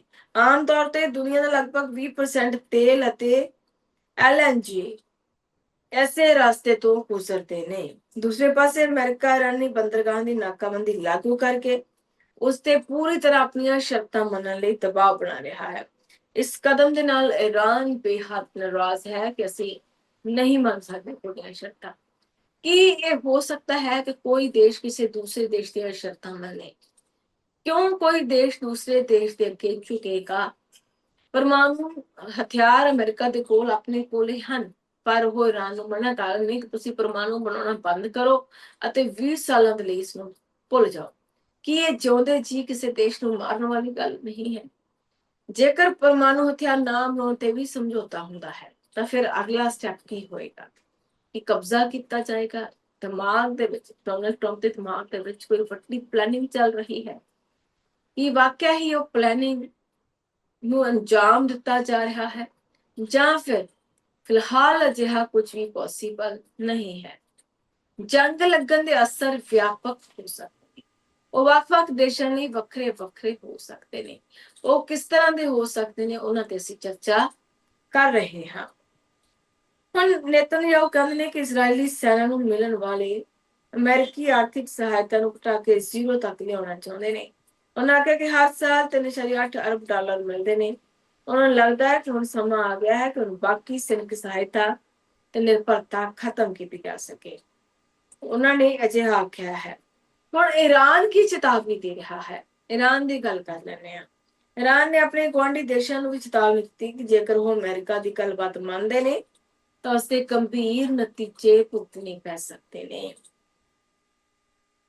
ਮੁਹੰਮਦ ਅਕਰੀਮੀਨੀਆ ਨੇ ਆਖਿਆ ਹੈ ਕਿ ਹਾਰਮੁਜ਼ ਸਟ੍ਰੇਟ ਤੋਂ ਗੁਜਰਨ ਵਾਲੇ ਜਹਾਜ਼ ਜੇਕਰ ਈਰਾਨ ਦਾ ਸਹਿਯੋਗ ਨਹੀਂ ਕਰਦੇ ਤਾਂ ਬੁਰੇ ਨਤੀਜੇ ਦੇ ਲਈ ਤਿਆਰ ਹਨ।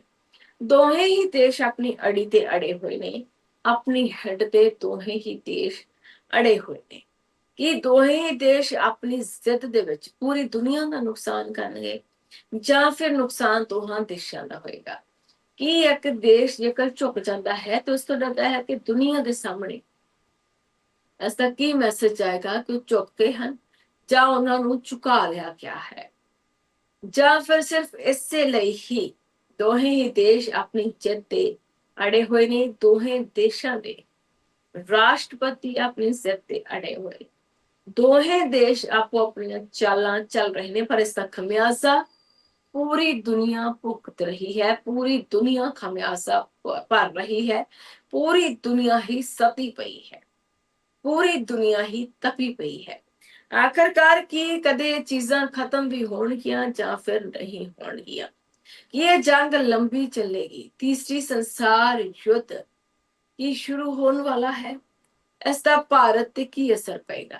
ਕਿਉਂਕਿ ਅਸੀਂ ਤੇਲਾਂ ਦੇ ਲਈ, ਹਥਿਆਰਾਂ ਦੇ ਲਈ ਜਾਂ ਗੈਸ ਦੇ ਲਈ ਦੂਸਰੇ ਦੇਸ਼ਾਂ ਤੇ ਨਿਰਭਰ ਹਾਂ। ਹਲੇ ਸਾਡੇ ਕੋਲ ਆਪਣੀ ਇਹ ਚੀਜ਼ਾਂ ਨਹੀਂ ਹਨ। ਕਿ ਵਾਕਿਆ ਹੀ ਭਾਰਤ ਨੂੰ ਖਤਰਾ ਹੋਏਗਾ, ਪਾਕਿਸਤਾਨ ਨੂੰ ਖਤਰਾ ਹੋਏਗਾ, ਜਾਂ ਹੋਰਨਾਂ ਦੇਸ਼ਾਂ ਨੂੰ ਇਸਦਾ ਖਤਰਾ ਰਹੇਗਾ? ਭਾਰਤ ਤੱਕ ਇਸ ਦੇ ਖਤਰੇ ਦੀ ਅੱਗ ਨਹੀਂ ਪਹੁੰਚੇਗੀ। ਕਿ ਹੁਣ ਜੋ ਸਥਿਤੀ ਹੈ ਉਸਦਾ ਅਸਰ ਭਾਰਤ ਤੇ ਨਹੀਂ ਪਿਆ? ਬਿਲਕੁਲ ਪਿਆ ਹੈ। ਗੈਸ ਦੀ ਕਿੱਲਤ ਹੈ, ਤੇਲ ਦੀਆਂ ਕੀਮਤਾਂ ਜੋ ਉਛਾਲ ਆਇਆ ਹੈ, ਲੋਕ ਪਰੇਸ਼ਾਨ ਹੋ ਰਹੇ ਨੇ ਇੱਕ ਸਿਲੰਡਰ ਲੈਣ ਦੇ ਲਈ।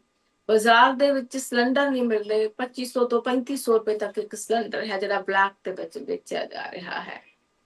ਕਿ ਇਹ ਨਹੀਂ ਸਰਕਾਰ ਦੀ ਕੋਸ਼ਿਸ਼ ਹੋਣੀ ਚਾਹੀਦੀ ਕਿ ਆਪਣੇ ਲੋਕਾਂ ਨੂੰ ਸੌਖਿਆ ਰੱਖਣ, ਜਿੱਥੋਂ ਮਰਜ਼ੀ ਪ੍ਰਬੰਧ ਕਰਨ? ਸਿਰਫ ਜਨਤਾ ਨੂੰ ਕਹਿ ਦੇਣਾ ਹੀ ਕਾਫੀ ਨਹੀਂ ਹੈ ਕਿ ਤੁਸੀਂ ਲਿਮਟਡ ਸੋਰਸਸ ਦੀ ਵਰਤੋਂ ਕਰੋ। ਫਿਲਹਾਲ ਇੱਕ ਵਕਫੇ ਦੇ ਰੋਕ ਲੈਂਦੇ ਹਾਂ।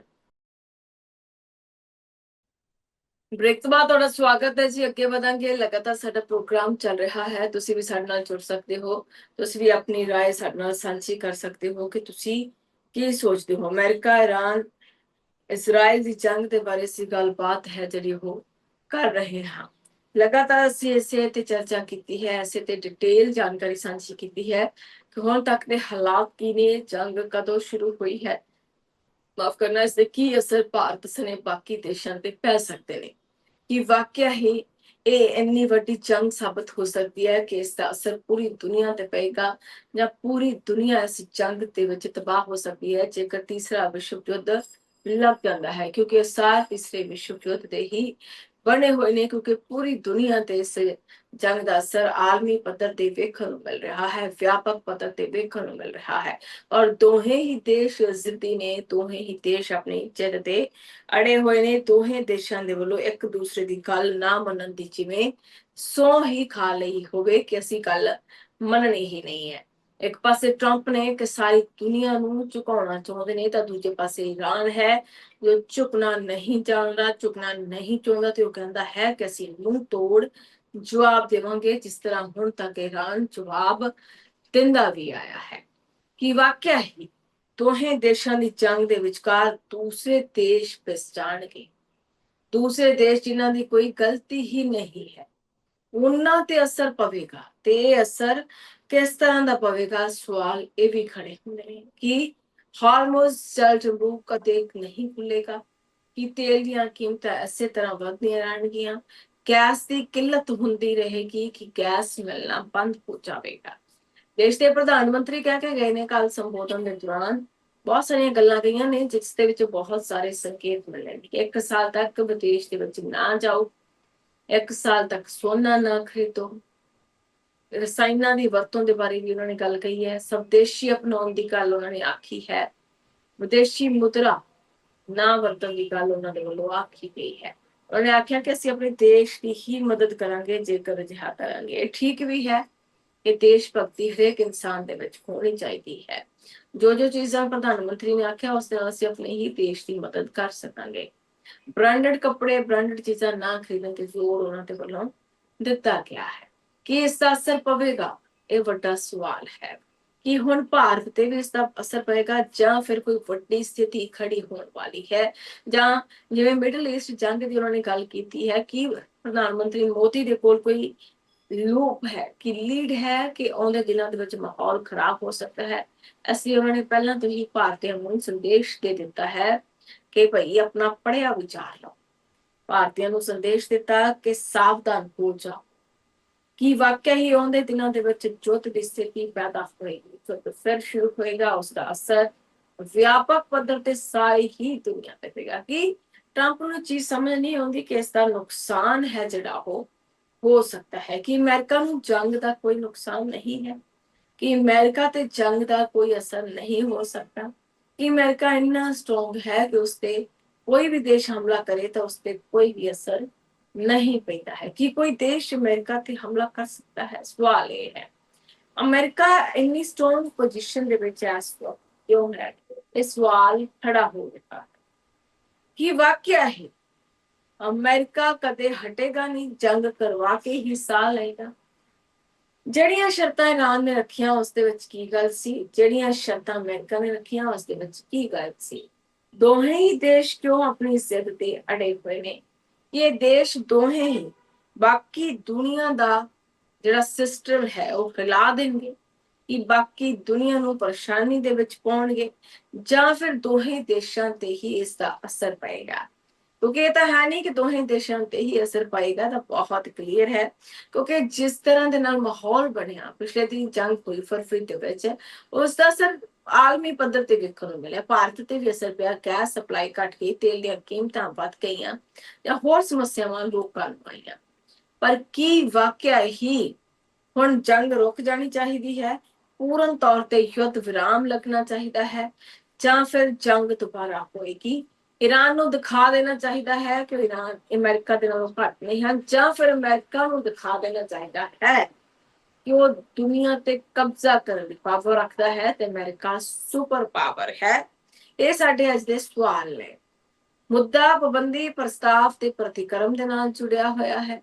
ਇਸ ਤੇ ਅਸੀਂ ਗੱਲਬਾਤ ਕਰ ਰਹੇ ਹਾਂ। ਯੂਰੇਨੀਅਮ ਸੋਧ ਬੰਦ ਕਰੇ ਈਰਾਨ, ਅਮਰੀਕਾ ਦੇ ਵੱਲੋਂ ਆਖਿਆ ਗਿਆ ਹੈ, ਤੇ 20 ਸਾਲ ਤੱਕ ਇਸ ਨੂੰ ਭੁੱਲ ਜਾਏ, ਇਸ ਤੇ ਝਾਕੇ ਹੀ ਨਾ। ਕੀ ਅਜਿਹਾ ਪੋਸੀਬਲ ਹੈ ਉਸ ਦੇਸ਼ ਦੇ ਲਈ ਜੋ ਪਰਮਾਣੂ ਹਥਿਆਰ ਬਣਾਉਂਦਾ ਹੈ, ਜਾਂ ਪਰਮਾਣੂ ਹਥਿਆਰ ਬਣਾਉਣਾ ਹੀ ਬੰਦ ਕਰ ਦੇ? ਇਹ ਆਖਰਕਾਰ ਇਹ ਸ਼ਰਤ ਬਹੁਤ ਵੱਡੀ ਹੈ, ਔਰ ਇਸ ਨੂੰ ਈਰਾਨ ਮੰਨੇਗਾ ਵੀ ਨਹੀਂ। ਉਸਨੇ ਆਪਣੀਆਂ ਸ਼ਰਤਾਂ ਦਿੱਤੀਆਂ ਨੇ ਕਿ ਜੀ ਸਾਡੀਆਂ ਆਹ ਸ਼ਰਤਾਂ ਨੇ, ਸਾਡੀਆਂ ਇਹ ਸ਼ਰਤਾਂ ਪੂਰੀਆਂ ਕਰ ਦਿਓ। ਦੂਜੇ ਪਾਸੇ ਅਮਰੀਕਾ ਆਪਣੀਆਂ ਸ਼ਰਤਾਂ ਦਿੰਦਾ ਹੈ। ਇਸ ਸਭ ਦੇ ਵਿਚਕਾਰ ਪਿਸ ਕੌਣ ਰਿਹਾ ਹੈ? ਆਮ ਜਨਤਾ, ਦੂਜੇ ਦੇਸ਼ਾਂ ਦੇ ਲੋਕ। ਕਿਉਂਕਿ ਇਹਨਾਂ ਦੇਸ਼ਾਂ ਜਿਨ੍ਹਾਂ ਦੇ ਵਿਚਕਾਰ ਜੰਗ ਦਾ ਅਸਰ ਹੈ, ਉੱਥੇ ਤਾਂ ਠੀਕ ਹੈ, ਤਣਾਅ ਹੈ ਹੀ, ਪਰ ਇਸ ਜੰਗ ਦਾ ਤਣਾਅ ਦਾ ਅਸਰ ਦੁਨੀਆ ਭਰ ਦੇ ਵਿੱਚ ਹੈ, ਕਿਉਂਕਿ 20% ਤੇਲ ਹੈ ਜਿਹੜਾ ਹੋਰਮੋਜ਼ ਤੋਂ ਹੀ ਆਉਂਦਾ ਹੈ। ਹਾਰਮੋਜ਼ ਤੇ ਹੀ ਈਰਾਨ ਨੇ ਆਪਣੀ ਪਕੜ ਮਜ਼ਬੂਤ ਬਣਾ ਰੱਖੀ ਹੈ ਕਿ ਅਜਿਹੇ ਦੇ ਵਿੱਚ ਪੋਸੀਬਿਲਿਟੀ ਹੈ ਕਿ ਕੋਈ ਹੋਰ ਸੋਲੂਸ਼ਨ ਕੱਢਿਆ ਜਾ ਸਕੇ। ਕਿ ਭਾਰਤ ਕੋਲ ਕੋਈ ਹੋਰ ਸੋਲੂਸ਼ਨ ਹੈ, ਅਜਿਹਾ ਪੋਸੀਬਿਲਿਟੀ ਹੈ ਭਾਰਤ ਦੇ ਕੋਲ, ਜਾਂ ਫਿਰ ਅਜਿਹੀ ਪੋਸੀਬਿਲਿਟੀ ਭਾਰਤ ਕੋਲ ਹੈ ਹੀ ਨਹੀਂ ਹੈ। ਕਿ ਇਹ ਪੋਸੀਬਿਲਿਟੀ ਇੱਕ ਦਿਨ ਖਤਮ ਹੋਏਗੀ ਕਿ ਵਾਕਿਆ ਹੀ ਭਾਰਤ ਵੀ ਇੱਕ ਸੱਜਗ ਉਸ ਭੂਮਿਕਾ ਹੈ ਜਿਹੜੀ ਨਿਭਾਏਗਾ ਜਿਵੇਂ ਪਾਕਿਸਤਾਨ ਨੇ ਨਿਭਾਈ ਹੈ। ਪਾਕਿਸਤਾਨ ਨੇ ਦੋਹਾਂ ਦੇਸ਼ਾਂ ਦੀ ਵਿਚੋਲਗੀ ਕੀਤੀ ਅਤੇ ਜੰਗ ਤੇ ਅਣਮਿੱਥੇ ਸਮੇਂ ਦੇ ਲਈ ਯੁੱਧ ਵਿਰਾਮ ਲਾਇਆ। ਪਰ ਕੀ ਹੁਣ ਇਹ ਯੁੱਧ ਹੈ ਜਿਹੜਾ ਮੁੜ ਸ਼ੁਰੂ ਹੋ ਸਕਦਾ ਹੈ ਤਾਂ ਪਾਕਿਸਤਾਨ ਨੂੰ ਇੱਕ ਵਾਰ ਫਿਰ ਤੋਂ ਇੰਟਰਫੀਅਰੈਂਸ ਕਰਨੀ ਪਏਗੀ। ਸਵਾਲ ਇਹ ਵੀ ਖੜਾ ਹੁੰਦਾ ਹੈ। ਅੱਜ ਦਾ ਮੁੱਦਾ ਪਾਬੰਦੀ ਪ੍ਰਸਤਾਵ ਤੇ ਪ੍ਰਤੀਕਰਮ ਦੇ ਨਾਲ ਜੁੜਿਆ ਹੋਇਆ ਹੈ। ਕਿਸ ਤਰ੍ਹਾਂ ਦੇ ਪ੍ਰਤੀਕਰਮ ਆ ਰਹੇ ਨੇ, ਅਸੀਂ ਇਹ ਸਮਝਣ ਦੀ ਕੋਸ਼ਿਸ਼ ਕਰ ਰਹੇ ਹਾਂ। ਟਰੰਪ ਅਜਿਹਾ ਕਿਉਂ ਕਹਿੰਦੇ ਨੇ? ਟਰੰਪ ਨੂੰ ਕੋਈ ਵੀ ਚੀਜ਼ ਪਸੰਦ ਕਿਉਂ ਨਹੀਂ ਆਉਂਦੀ ਹੈ? ਜਾਂ ਫਿਰ ਟਰੰਪ ਪੂਰੀ ਦੁਨੀਆ ਤੇ ਆਪਣਾ ਹੀ ਪ੍ਰੈਸ਼ਰ ਚਾਹੁੰਦੇ ਨੇ, ਪੂਰੀ ਦੁਨੀਆ ਤੇ ਅਮਰੀਕਾ ਦਾ ਕਬਜ਼ਾ ਚਾਹੁੰਦੇ ਨੇ? ਕਿ ਪੂਰੀ ਦੁਨੀਆ ਤੇ ਅਮਰੀਕਾ ਦਾ ਕਬਜ਼ਾ ਪੋਸੀਬਲ ਹੈ ਜਾਂ ਫਿਰ ਨਹੀਂ ਹੈ? ਇਹ ਸਵਾਲ ਖੜਾ ਹੁੰਦਾ ਹੈ ਕਿ ਈਰਾਨ ਕਦੇ ਝੁਕੇਗਾ ਜਾਂ ਫਿਰ ਨਹੀਂ ਝੁਕੇਗਾ, ਜਾਂ ਫਿਰ ਯੁੱਧ ਲੱਗ ਕੇ ਹੀ ਰਹੇਗਾ। ਇਹ ਸਭ ਤੋਂ ਵੱਡਾ ਸਵਾਲ ਹੈ ਕਿ ਈਰਾਨ ਦੀਆਂ ਜਿਹੜੀਆਂ ਸ਼ਰਤਾਂ ਨੇ ਉਹ ਗਲਤ ਨੇ, ਕਿ ਅਮਰੀਕਾ ਦੇ ਵੱਲੋਂ 14 ਨੁਕਾਤੀ ਪ੍ਰੋਗਰਾਮ ਜਿਹੜਾ ਦਿੱਤਾ ਗਿਆ ਹੈ ਕਿ ਉਹ ਗਲਤ ਹੈ। ਦੋਹੇ ਦੇਸ਼ਾਂ ਦੇ ਵਿੱਚੋਂ ਗਲਤ ਕੌਣ ਹੈ, ਸਹੀ ਕੌਣ ਹੈ, ਇਹ ਅਸੀਂ ਅੱਜ ਸਮਝਣ ਆਏ ਹਾਂ ਜਨਤਾ ਦੇ ਜ਼ਰੀਏ ਕਿ ਜਨਤਾ ਕੀ ਸੋਚਦੀ ਹੈ ਕਿ ਦੋਹਾਂ ਦੇਸ਼ਾਂ ਦੇ ਵਿੱਚੋਂ ਕੌਣ ਦੇਸ਼ ਗਲਤ ਹੈ। ਕਿ ਅਮਰੀਕਾ ਗਲਤ ਹੈ, ਕਿ ਇਜ਼ਰਾइल ਗਲਤ ਹੈ, ਕਿ ਈਰਾਨ ਗਲਤ ਹੈ? ਤਾਂ ਸਹੀ ਕੌਣ ਹੈ ਤਿੰਨਾਂ ਦੇ ਵਿੱਚੋਂ? ਅਮਰੀਕਾ ਸਹੀ ਹੈ, ਈਰਾਨ ਸਹੀ ਹੈ, ਜਾਂ ਫਿਰ ਇਜ਼ਰਾइल ਸਹੀ ਹੈ? ਇਹਨਾਂ ਤਿੰਨਾਂ ਦੇਸ਼ਾਂ ਦੇ ਵਿੱਚੋਂ ਸਹੀ ਕੌਣ ਹੈ? ਹੁਣ ਉਹ ਕੰਪਨੀਆਂ ਜੋ ਯੁੱਧ ਦੀ ਵਜ੍ਹਾ ਦੇ ਨਾਲ ਅਰਬਾਂ ਦਾ ਮੁਨਾਫਾ ਕਮਾ ਚੁੱਕੀਆਂ ਨੇ, ਉਸ ਤੇ ਵੀ ਅਸੀਂ ਗੱਲ ਕਰ ਲੈਂਦੇ ਹਾਂ। ਇੱਕ ਪਾਸੇ ਦੁਨੀਆ ਭਰ ਦੇ ਆਮ ਪਰਿਵਾਰ ਈਰਾਨ ਦੇ ਵਿੱਚ ਅਮਰੀਕਾ ਤੇ ਇਜ਼ਰਾइल ਯੁੱਧ ਦੀ ਕੀਮਤ ਚੁਕਾ ਰਹੇ ਨੇ, ਉੱਥੇ ਕੁਝ ਕੰਪਨੀਆਂ ਨੂੰ ਇਸ ਦਾ ਭਾਰੀ ਮੁਨਾਫਾ ਵੀ ਹੋਇਆ ਹੈ। ਪੈਦਾ ਹੋਈ ਨਿਸ਼ਚਾ ਤੇ ਈਰਾਨ ਦੇ ਵੱਲੋਂ ਹਾਰਮੋਜ਼ ਸਟ੍ਰੇਟ ਨੂੰ ਬੰਦ ਕਰ ਦੇਣ ਦੇ ਨਾਲ ਰੋਜ਼ਮਰਾ ਦੀਆਂ ਜ਼ਰੂਰਤਾਂ ਦੀਆਂ ਚੀਜ਼ਾਂ ਲਗਾਤਾਰ ਮਹਿੰਗੀਆਂ ਹੋ ਰਹੀਆਂ ਨੇ। ਇਸ ਦਾ ਅਲੱਗ-ਅਲੱਗ ਕੰਪਨੀਆਂ, ਪਰਿਵਾਰਾਂ ਤੇ ਦੁਨੀਆ ਭਰ ਦੀਆਂ ਸਰਕਾਰਾਂ ਦੇ ਬਜਟ ਤੇ ਅਸਰ ਪਿਆ ਹੈ।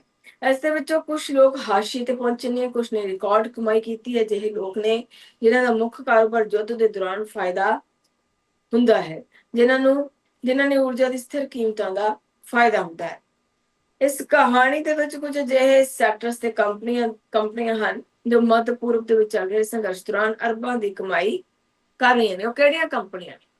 ਤੇਲ ਤੇ ਗੈਸ ਦੀ ਜੇਕਰ ਗੱਲ ਕਰੀਏ, ਇਸ ਯੁੱਧ ਦਾ ਹੁਣ ਤੱਕ ਦਾ ਸਭ ਤੋਂ ਵੱਡਾ ਆਰਥਿਕ ਅਸਰ ਊਰਜਾ ਦੀਆਂ ਕੀਮਤਾਂ ਦੇ ਵਿੱਚ ਭਾਰੀ ਬੜੋਤਰੀ ਦੇ ਰੂਪ ਦੇ ਵਿੱਚ ਸਾਹਮਣੇ ਆਇਆ ਹੈ। ਦੁਨੀਆ ਭਰ ਦੇ ਵਿੱਚ ਸਪਲਾਈ ਹੋਣ ਵਾਲੀ ਗੈਸ ਅਤੇ ਤੇਲ ਦਾ ਲਗਭਗ 5ਵਾਂ ਹਿੱਸਾ ਹਾਰਮੋਜ਼ ਸਟ੍ਰੇਟ ਤੋਂ ਹੋ ਕੇ ਗੁਜ਼ਰਦਾ ਹੈ। ਪਰ ਫਰਵਰੀ ਦੇ ਅਖੀਰ ਦੇ ਵਿੱਚ ਇਹਨਾਂ ਨਾਲ ਜੁੜੇ ਜਹਾਜ਼ਾਂ ਦਾ ਇਸ ਸਮੁੰਦਰੀ ਰਸਤੇ ਤੇ ਜਾਣਾ ਪੂਰੀ ਤਰ੍ਹਾਂ ਦੇ ਨਾਲ ਠੱਪ ਹੋ ਗਿਆ। ਇਸ ਦਾ ਨਤੀਜਾ ਇਹ ਹੋਇਆ ਕਿ ਊਰਜਾ, ਤੇਲ ਅਤੇ ਗੈਸ ਦੀਆਂ ਕੀਮਤਾਂ ਦੇ ਵਿੱਚ ਜ਼ਬਰਦਸਤ ਉਛਾਲ ਵੇਖਣ ਨੂੰ ਮਿਲਿਆ, ਜਿਸ ਨਾਲ ਦੁਨੀਆ ਦੇ ਕੁਝ ਸਭ ਤੋਂ ਵੱਡੀਆਂ ਤੇਲ ਤੇ ਗੈਸ ਕੰਪਨੀਆਂ ਨੂੰ ਫਾਇਦਾ ਹੋਇਆ ਹੈ। ਇਸ ਦਾ ਸਭ ਤੋਂ ਜ਼ਿਆਦਾ ਫਾਇਦਾ ਤੇਲ ਦੀ ਦਿੱਗਜ ਯੂਰੇਨੀਅਮ ਕੰਪਨੀਆਂ ਨੂੰ ਹੋਇਆ। ਇਹਨਾਂ ਦੇ ਕੋਲ ਟ੍ਰੇਡਿੰਗ ਵਿੰਗਸ ਨੇ, ਇਸ ਲਈ ਉਹ ਕੀਮਤਾਂ ਦੇ ਵਿੱਚ ਆਏ ਤੇਜ਼ ਉਤਰਾਅ ਦਾ ਫਾਇਦਾ ਚੁੱਕ ਕੇ ਆਪਣੇ ਮੁਨਾਫੇ ਦੇ ਵਿੱਚ ਵਧਣ ਦੇ ਵਿੱਚ ਕਾਮਯਾਬ ਸਾਬਤ ਹੋਈਆਂ ਨੇ। ਕਿਉਂਕਿ ਜੇਕਰ 20% ਇੱਕ ਪਾਸੇ ਹੁੰਦਾ ਹੈ ਤਾਂ 80% ਵੱਖ-ਵੱਖ ਥਾਵਾਂ ਤੋਂ ਹੁੰਦਾ ਹੈ। ਵੱਖ-ਵੱਖ ਥਾਵਾਂ ਦੀਆਂ ਕੰਪਨੀਆਂ ਨੇ ਇਸ ਦਾ ਫਾਇਦਾ ਚੁੱਕਿਆ ਤੇ ਤੇਲ ਤੇ ਗੈਸ ਦੀਆਂ ਕੀਮਤਾਂ ਨੂੰ ਟਾਕੀ ਲਾ ਦਿੱਤੀ, ਸਮਾਨ ਦੀ ਜਾ ਕੇ ਟਾਕੀ ਲਾ ਦਿੱਤੀ। ਹੁਣ ਜੇਕਰ ਬ੍ਰਿਟਿਸ਼ ਪੈਟਰੋਲੀਅਮ ਦੇ ਮੁਨਾਫੇ ਦੇ ਵਿੱਚ ਸਾਲ ਤੋਂ ਪਹਿਲੇ 3 ਮਹੀਨਿਆਂ ਦੇ ਵਿੱਚ ਦੁੱਗਣੇ ਤੋਂ ਵੀ ਜ਼ਿਆਦਾ ਬੜੋਤਰੀ ਹੋਈ ਹੈ। ਇਹ ਵੱਧ ਕੇ 3.2 ਅਰਬ ਅਮਰੀਕੀ ਡਾਲਰ ਤੱਕ ਪਹੁੰਚ ਗਈ। ਕੰਪਨੀ ਆਪਣੇ ਟ੍ਰੈਂਡ ਨੇ ਡਿਵੀਜ਼ਨ ਦੇ ਇਸ ਪ੍ਰਦਰਸ਼ਨ ਨੂੰ ਬੇਮਿਸਾਲ ਦੱਸਿਆ ਹੈ। ਦੂਸਰੀਆਂ ਕੰਪਨੀਆਂ ਬੇਮਿਸਾਲ ਕਮਾਈ ਕਰ ਰਹੀਆਂ ਨੇ, ਪਰ ਆਮ ਜਨਤਾ ਦੀ ਜੇਬ ਚੁੰਡੀ ਜਾ ਰਹੀ ਹੈ, ਉਹਨਾਂ ਨੂੰ ਚੁੰਡਿਆ ਜਾ ਰਿਹਾ ਹੈ। ਉਹਨਾਂ ਦੇ ਕੋਲ ਤੇਲ ਦੀ ਕਿੱਲਤ ਹੈ, ਉਹਨਾਂ ਦੇ ਕੋਲ ਗੈਸ ਦੀ ਕਿੱਲਤ ਹੈ, ਪਰ ਦੋਵੇਂ ਦੇਸ਼ ਨੇ ਕਿ ਆਪਣੀ ਗੱਲ ਮਾਫ ਕਰਨਾ ਦੂਸਰੇ ਕੋ ਮਨਵਾਉਣ ਤੇ ਅੜੇ ਹੋਏ ਨੇ, ਜਦਕਿ ਖੁਦ ਗੱਲ ਮੰਨਣ ਨੂੰ ਰਾਜ਼ੀ ਨਹੀਂ ਹਨ। ਪਰ ਕੀ ਕਦੇ ਇਹ ਹੋਇਆ ਹੈ? ਕਿਉਂਕਿ ਜਦੋਂ ਵੀ ਅਸੀਂ ਕਿਸੇ ਸਥਿਤੀ ਨੂੰ ਸਹੀ ਰਸਤੇ ਲਿਆਉਣਾ ਹੁੰਦਾ ਹੈ ਤਾਂ ਦੋਹੇ ਦੇਸ਼ਾਂ ਨੂੰ ਕੁਝ ਨਾ ਕੁਝ ਸ਼ਰਤਾਂ ਮੰਨਣੀਆਂ ਪੈਂਦੀਆਂ ਨੇ। पर जरूरी ये हुंदा है कि शर्तां मनण जोग हन। पर की वाकया ही ईरान अमेरिका दीयां शर्तां सारियां मन्नेगा ते अमेरिका ईरान दीयां सारियां शर्तां मन्नेगा? वेखना होगा। फिलहाल अज दे मुद्दे दे विच नहीं बने रहो। जस्ट टीवी दे नाल। धन्नवाद।